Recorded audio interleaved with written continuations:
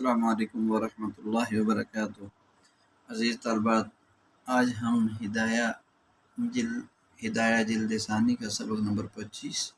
صفحہ نمبر 342 تا 343 کی عبارت قال وتعتبر ایضا فی الدین یہاں سے انشاءاللہ پڑھیں گے۔ دعا ہے کہ اللہ تعالی ہمیں آپ صلی اللہ علیہ وسلم اور صحابہ کی کامل اتباع والے علوم سیکھنے سمجھنے عمل کرنے پوری دنیا تک پہنچانے کے لیے توفیق اور قبولیت نصیب فرمائے۔ باقاعدہ کتاب سے سبق شروع کریں۔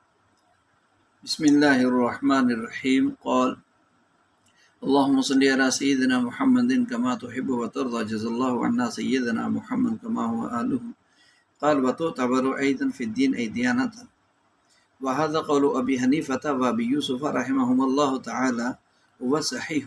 لأنه من أعلى المفاخر، والمرأة تعير بفسق الزوج فوق ما تعير بزعة نسبه۔ وقال محمد رحمه الله تعالى لا يعتبر لأنه من أمور الآخرة فلا تبتنى أحكام الدنيا عليه إلا إذا كان يصفع ويسخر منه أو يخرج إلى الأسواق سكران ويلعب به الصبيان لأنه مستخف به۔ قال وتعتبر في المال، قال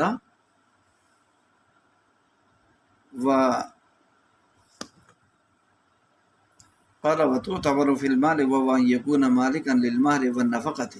وهذا هو المعتبر في ظاهر الرواية، حتى أن من لا يملكهما أو لا يملك أحدهما لا يكون كفوا، لأن المهر بدل البزع فلا بد من إيفائه، وبالنفقة قوام الازدواج ودوامه، والمراد بالمهر قدر ما تعارفوا تعجيله، لأن ما وراءه مؤجل عرفا۔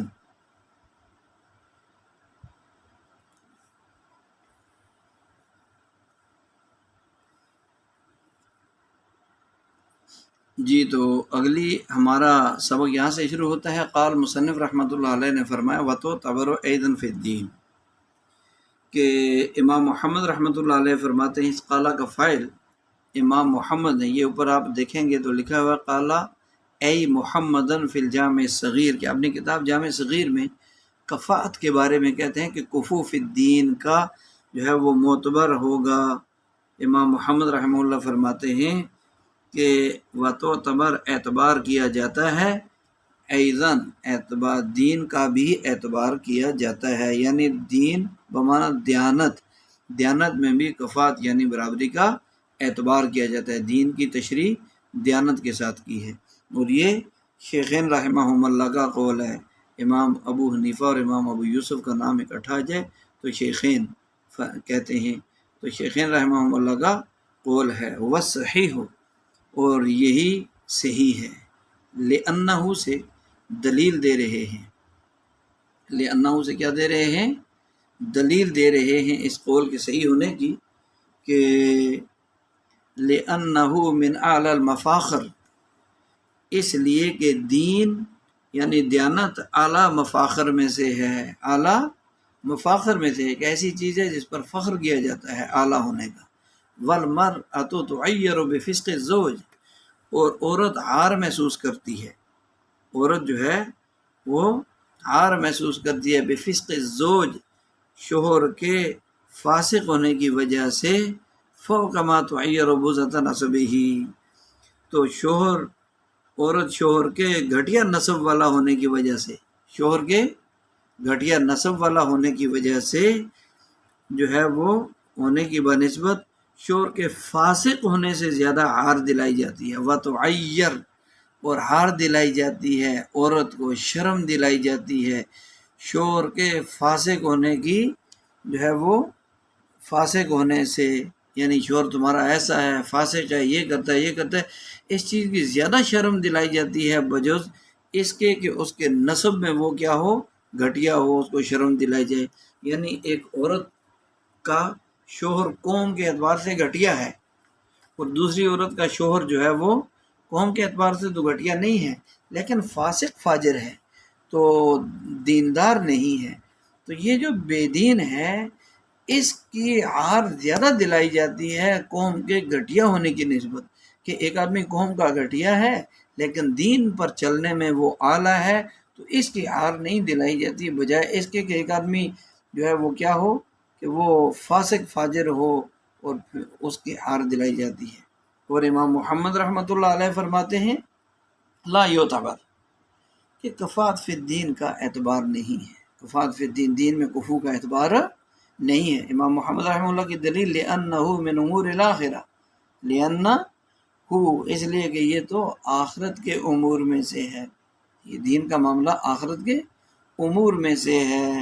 لہذا کیا ہوگا فلا تبتنا احکام الدنیا علیہ، تو لہذا کیا ہوگا دنیاوی احکام پر اس پر مرتب نہیں ہوں گے، دنیاوی احکام اس پر مرتب نہیں ہوں گے۔ تو الا اذا کان یصفع، مگر یہ الا یہ کہ جب شوہر کو تمانچہ رسید کیا جائے، یصفع اذا کان یصفع، شوہر کو تمانچہ رسید کیا جائے یعنی چپیڑ لگائی جائے، ویسخر منہ،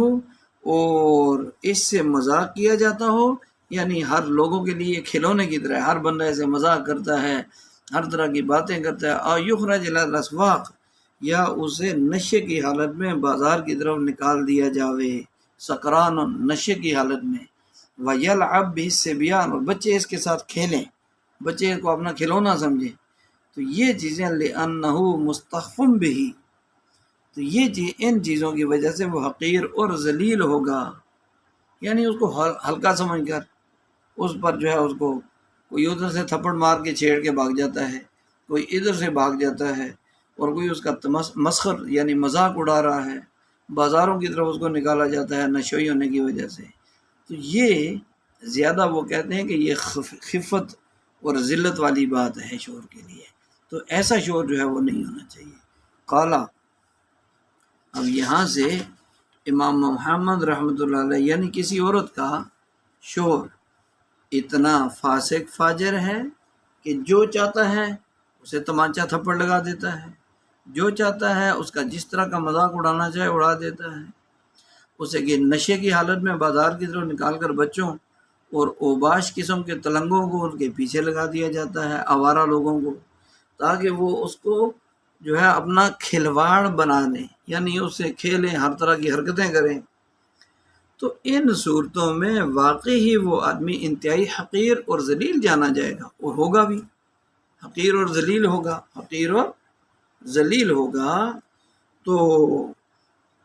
اسے دنیا میں رہنے کا کوئی حق نہیں ہوگا، چاہے جائے کہ وہ کسی عورت کا شوہر بنے،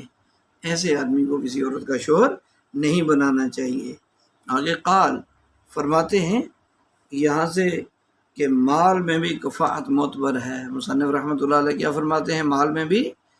کفاءت ہونا، یعنی لڑکی تو بہت زیادہ مالدار ہو، لڑکا کسی غریب خاندان کا ہو، یا لڑکا مالدار ہو لڑکی کسی غریب خاندان کی ہو، تو ایسا بھی مناسب نہیں ہے، بلکہ کیا ہو مال میں بھی کفو دیکھنا ضروری ہے، کفاءت معتبر ہے، کفاءت کا باب چل رہا ہے کہ ایک دوسرے کا برابر ہونا، ہم سر ہونا، ہم پلہ ہونا، اور کفاءت میں برابر ہونا کیا ہے، وہ ان یکون مالکا للمہر، وہ یہ ہے کہ ان یکون الزوج مالکا للمہر، کہ شوہر مہر کا اور نفقہ یعنی بیوی کے اخراجات کا مالک ہو، وہذا هو المعتبر فی ظاہر الروایات، اور ظاہر الروایات میں یہی معتبر ہے، یعنی امام محمد رحمۃ اللہ علیہ کی کتابوں کے بارے میں تفصیل آپ کو شروع اسباق میں بتائی ہے، ظاہر الروایات کس کو کہتے ہیں، حتیٰ یہاں تک کہ وہ آدمی جو دونوں چیزوں کا ملا یملکہما، ہما ضمیر کا مرجع یہ ہے مہر اور نفقہ، یہاں تک کہ جو آدمی مہر اور نفقہ دونوں چیزوں کا مالک نہ ہو، یعنی نہ مہر دینے کی صلاحیت ہو اس کے پاس اور نہ بیوی کا نام نفقہ دینے کی حیثیت ہو، او لا یملک احدہما، یا دو چیزوں مہر اور نفقہ میں سے کسی ایک چیز کا مالک نہ ہو تو لا یکون کفوا، تو یہ بیوی کا کفو نہیں ہوگا، اس لیے کہ مہر بضع کا بدل ہے، بضع عورت کی جو ہے وہ عورت کی بضع کا یہ مہر دینا یہ بدل ہے، فلا بد من نفائہ، تو لہٰذا مہر جب بزا کا بدل ہے تو اس مہر کا پورا پورا ادا کرنا ضروری ہے، اس کا ایفائی پورا پورا ادا کرنا جو ہے وہ ضروری ہے۔ یعنی یہ مہر کے سپرد کرنے پر عورت جب اپنی بزا یعنی اپنی شرمگاہ کا اس کو مالک بنا رہی ہے تو اس کو اس کا مالک بننے پر قادر بھی تو ہونا چاہیے نا۔ اس کے بعد اتنا خرچہ ہی نہیں کہ اس کی بزا کا بدل یعنی مہر نہیں دے سکتا، وبن نفقہ اور نفقہ کا ورنہ دونوں لابدہ من ایفائہ وبن نفقۃ قوام، تو ضروری ہے کہ اس کا پورا پورا ادا کرنا، اور نفقے سے زوجیت کا قیام و دوام، وبن نفقہ اور نفقہ سے قوام الازدواج و دوامہ یعنی دوام الازدواج کہ نفقے سے زوجیت یہ میاں بیوی کا جو رشتہ قائم ہوا اس کا قیام اور دوام ہے، مستقل قائم رہنا ہے۔ اگر یہ نفقہ نہیں دے سکتا تو وہ عورت جو کھانے پینے خاندان سے آئی ہے، کھاتے پیتے خاندان سے مالدار عورت ہے، زندگی میں کبھی گھر میں اس نے ضروریات زندگی کی تنگی نہیں دیکھی، تو وہ کیسے یہاں گزارا کرے گی پھر اس کے پاس؟ تو یہ قیام و دوام سے متعلق ہے، گویا کہ نفقہ پر شوہر کا قادر ہونا، خرچہ دے سکنا، یہ اپنی ہی زندگی کے قیام اور دوام کے لیے ہے۔ والمراد بالمہر قدر ما تعارف، اور مہر سے کیا مراد ہے؟ مہر سے مراد وہ مقدار ہے جس کو معجل ادا کرنا، معجل جلدی کو کہتے ہیں، لوگوں میں متعارف ہے، قدر ما تعارف متعارف ہے لوگوں میں، تعجیلہ اس کی جلدی، یعنی مہر سے مراد کم از کم اتنا مہر دینے پر تو یہ قادر ہو کہ جو عام طور پر لوگ دیتے ہیں اور بر وقت جلدی ادا کرتے ہیں، جو کہ مہر کی دو قسمیں ہوتی ہیں، مہر معجل جو فوری ادا کی جائے، معجل جو مدت مقررہ کے ساتھ 1 مہینہ 2 مہینے سال 2 سال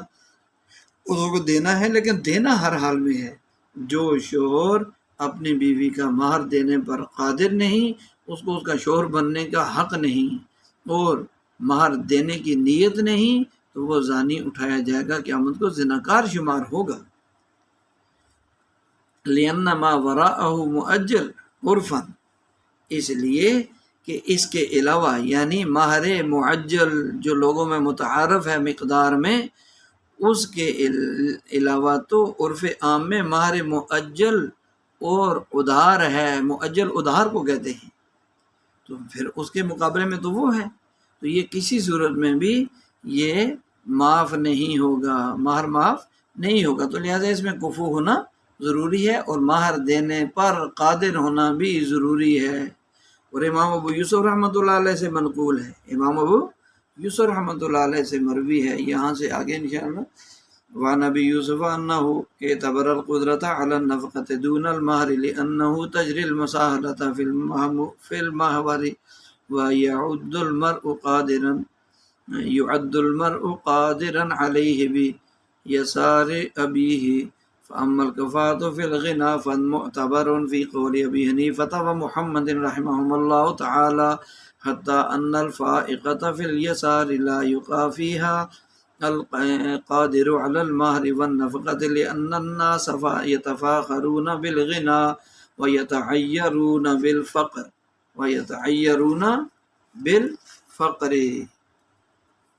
وقال أبو يوسف رحمه الله تعالى لا يعتبر لأنه لا ثبات له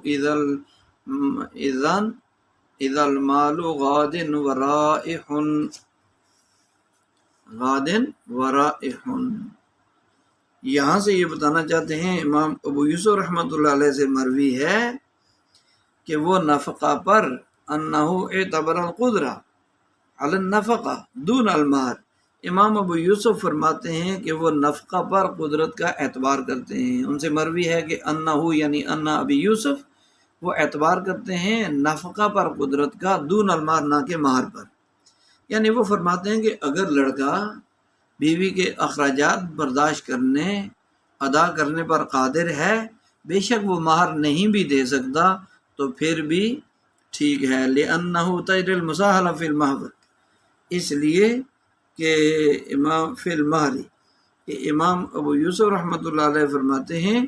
کہ اس لیے کہ مہر میں نرمی برتنے کا چلن ہے، تجری اس لیے کہ نرمی برتی جاتی ہے مہور میں، مہور مہر کی جمع، ٹھیک ہے، تو مہر میں چونکہ نرمی برتی جاتی ہے، وَيُعَدُّ الْمَرْءُ قَادِرًا عَلَيْهِ بِيَسَارِ أَبِيهِ، اور باپ کی مالداری کی وجہ سے، باپ کے مالدار ہونے کی وجہ سے یعد شمار کیا جاتا ہے مرد کو مہر دینے پر قادر ہونا، یعنی مرد کو تو باپ کی مالداری سے انسان مہر پر قادر شمار کر لیا جاتا ہے کہ یہ مہر دے دے گا، اس کا باپ مالدار ہے، اس کا مہر تو ادا ہو جائے گا۔ فَأَمَّا الْكَفَاءَةُ فِي الْغِنَى فَمُعْتَبَرَةٌ فِي قَوْلِ أَبِي حنیفہ وَمُحَمَّد۔ رہی کفات فی الغنا، کفات فی الغنا جو ہے وہ فرماتے ہیں کہ کفات فی الغنا یہ تو طرفین کے قول کے مطابق اس کا بھی اعتبار ہے۔ طرفین امام ابو حنیفہ امام محمد ہیں، امام ابو حنیفہ امام ابو یوسف شیخین ہوئے، امام ابو حنیفہ امام محمد طرفین ہوئے۔ تو طرفین کہتے ہیں کہ اما الکفات فی الغنا، غنا یعنی مالداری میں، طرفین کے قول کے مطابق اس کا بھی کیا ہے، اعتبار ہے۔ حتی ان الفائقۃ فی الیسار، فائقہ فی الیسار، فائقہ کہتے ہیں بلند عورت، یہاں تک کہ بلند عورت مالداری میں لا یکافیہا، کہ مالداری میں بڑی ہوئی عورت کا مہر اور نفقہ پر قادر شخص کفو نہیں بن سکتا۔ ان الفائقۃ فی الیسار، مالداری میں فوقیت رکھنے والی، یعنی اس سے زیادہ مالدار عورت فوقیت رکھنے والی، لا یکافیہا القادر، تو وہ آدمی اس کا کفو نہیں بن سکتا جو مہر پر اور نفقہ پر کیا ہو، قادر ہو، یعنی یہاں تک کہ مالداری میں بڑی ہوئی عورت کا مہر اور نفقہ دینے پر قادر آدمی کفو نہیں بن سکتا۔ کیوں؟ اس لیے لأن الناس، دلیل دے رہے ہیں کہ لوگ یتفاخرون بالغنا، مالداری پر فخر کرتے ہیں، مالداری پر کیا کرتے ہیں، فخر کرتے ہیں، وَيَتَعَيَّرُونَ، اور شرم محسوس کرتے ہیں، عار دلاتے ہیں، بالفقر، اور کیا کرتے ہیں، فقیری میں عار محسوس کرتے ہیں۔ لوگ فقیری میں جو ہے وہ کیا محسوس کرتے ہیں، عار محسوس کرتے ہیں۔ اس لیے وہ فرماتے ہیں کہ لڑکے اور لڑکی کا مالداری میں برابر ہونا بھی ضروری ہے، طرفین رحمہ اللہ فرماتے ہیں۔ تو لہذا جو ہے اس کا فقیری اور عار محسوس کرتے ہیں، اور امام ابو یوسف رحمۃ اللہ علیہ فرماتے ہیں کہ لو یہ اعتبار، کہ اس کا بھی اعتبار نہیں ہے، مالداری کا بھی اعتبار نہیں ہے، لأنہ لا ثبات لہ اذا المال، اس لیے کہ مالداری میں ثبات نہیں ہے، استقامت نہیں ہے، انسان ہر وقت مالدار نہیں رہ سکتا، ثابت مستقل کوئی ایسی مالداری چیز کوئی مستقل چیز نہیں ہے، اس لیے کہ مال غادن و رائح، غادن و رائح کا مطلب صبح آنے والا شام کو جانے والا، اس لیے مال تو آنے جانے والی چیز ہے، صبح آیا شام کو چلا گیا۔ اس لیے امام ابو یوسف رحمۃ اللہ علیہ فرماتے ہیں کہ مال تو صبح آنے شام کو جانے والی چیز ہے، آنے جانے والی چیز ہے، لہذا اس کا کوئی اعتبار کفو ہونے کے اعتبار سے نہیں ہے۔ اور اگلی بار فرماتے ہیں کہ وَتُعْتَبَرُ فِي الصَّنَائِعِ، وَهَذَا عِنْدَ أَبِي يُوسُف وَمُحَمَّد رحمهم اللہ تعالی وعند ابی حنیفہ فی ذلک روایتان، اور وتعتبر، اور اعتبار جو اس لیے امام اور پیشوں میں بھی کفاعت معتبر ہے، فی الصنائع، صنعتن کی جمع، اور تعتبر الکفاعت، اور کفاعت یعنی کفو پیشے میں بھی معتبر ہے، اور یہ امام ابو یوسف اور امام محمد رحمہ اللہ صاحبین کے ہاں ہے یہ مذہب، اور امام ابو یوسف کی، امام ابو حنیفہ رحمۃ اللہ علیہ کی پیشے کے اندر کفاعت کے بارے میں دو روایات ہیں۔ امام ابو یوسف رحمۃ اللہ علیہ سے مروی ہے انہ لا یعتبر الا ان یفحش کالحجام والحائق والدباغ، کہ اور امام ابو یوسف رحمۃ اللہ علیہ سے ایک روایت مروی ہے کہ پیشے میں کفاعت معتبر نہیں ہے، لا یعتبر، کفاعت کا اعتبار نہیں کیا جائے گا، مگر یہ کہ وہ فاحش ہو، وہ کیا ہو، فاحش ہو، کیا مطلب، ان یفحش یعنی بالکل کھلا واضح طور پر برا ہونا، ٹھیک ہے، کوئی ایسا کوئی ہو بالکل فحش قسم کا، برے قسم کا، جیسے حجام، نائی ہونا، اب ظاہر ہے نائی کو لڑکی دی جائے گی، لوگ کہیں گے تو یہ نائی تیرا میاں تو نائی ہے، والحائق، اور حائق جو ہے وہ جلاح کو کہتے ہیں، جلاح دباغ چمڑا رنگنے والا. تو یہ اس طرح کا جو ہے حجام، جلاحہ اور چمڑے کو دباغت دینے والا، اس طرح کے پیشوں میں تو بہرحال کفات نہیں بنتی. باقی امام ابو یوسف رحمۃ اللہ علیہ فرماتے ہیں کہ پیشوں میں لڑکی اور لڑکے کے درمیان کفو ہونا اس کا کوئی اعتبار نہیں ہے، مگر یہ کہ کوئی پیشہ اتنا ہی فوش یعنی گھٹیا ہو، تفحش واضح طور پر برا پیشہ، ہلکا پیشہ، جیسے حجام کا پیشہ، حائق یعنی جلاحہ کپڑے بنانے والا، اور دباغ یعنی جو ہے وہ چمڑے رنگنے کا کام کرنے والا. یہ وجہ الاعتبار ان الناس یتفاخرون بشرف الحرف، وجہ کیا ہے؟ کفات کے معتبر ہونے کی دلیل یہ ہے، کفات کے معتبر ہونے کی دلیل یہ ہے، وجہ دلیل کہ لوگ فخر کرتے ہیں، لوگ پیشے کے عمدگی پر، پیشے کے عمدہ ہونے پر، حرف پیشے کو کہتے ہیں، تو پیشے کے عمدہ ہونے پر فخر کرتے ہیں لوگ، اس لیے اس کا اعتبار کیا جائے گا. یہ حناف کی دلیل ہے، امام ابو حنیفہ یوسف اور امام محمد کی دلیل ہے. وَيَتَعَيَّرُونَ بِدَنَاءَتِهَا، اور پیشے کے گھٹیا ہونے سے لوگ ہار محسوس کرتے ہیں. نبی علیہ السلام نے قال علیہ الصلوۃ والسلام الناس اکفاء الا الحجام والحائق ذا والکاکی واللوال بسر. آگے وجہ القول الاخر ان الحرفۃ لیست بلازمۃ، اور کیا ہے دوسرے قول کی دلیل؟ امام ابو حنیفہ کی دو روایات تھی نا، دوسرے قول کی دلیل یہ کہ پیشہ کوئی لازمی چیز نہیں ہے. ان الحرفۃ، پیشہ لیست بلازمۃ، کوئی لازمی چیز نہیں ہے. ویمکن التحول عن الخسیس الی النفیس منہا، اور فرماتے ہیں کہ گھٹیا پیشے سے عمدہ پیشے کی طرف منتقل ہونا یہ ممکن ہے، یہ ممکن ہے، کوئی ناممکن چیز نہیں ہے. لہذا کیا ہے؟ وہ فرماتے ہیں کہ جب پیشے میں کفات کے عدم اعتبار کی دلیل ہے کہ پیشہ انسانی زندگی سے لازم اور جزء لا ينفق نہیں ہے، کہ جو زندگی سے جدا ہی نہ ہو سکے، اتنا ضروری، اتنا لازم چیز نہیں ہے کہ ہمیشہ انسان اسی میں مبتلا ہو، بلکہ اس میں تو جب اور جس وقت انسان چاہے تبدیلی کر سکتا ہے. گھٹیا پیشے والا عمدہ پیشے میں آ سکتا ہے اپنے پیشے کو چھوڑ کر. لہذا کفات میں اسے معتبر ماننے کی کوئی بہت عام وجہ تو سمجھ نہیں آ رہی. وہ دیکھنے میں آیا کہ آج کل لوگ پیشے ہی میں نہیں بلکہ کم پیسے میں عار محسوس کرتے ہیں، مالداری کے حصول میں ہر طرح کا پیشہ اختیار کرنے کے لیے تیار رہتے ہیں. بس مال آنا چاہیے، پیشہ کوئی بھی ہو. تو یہ ہے،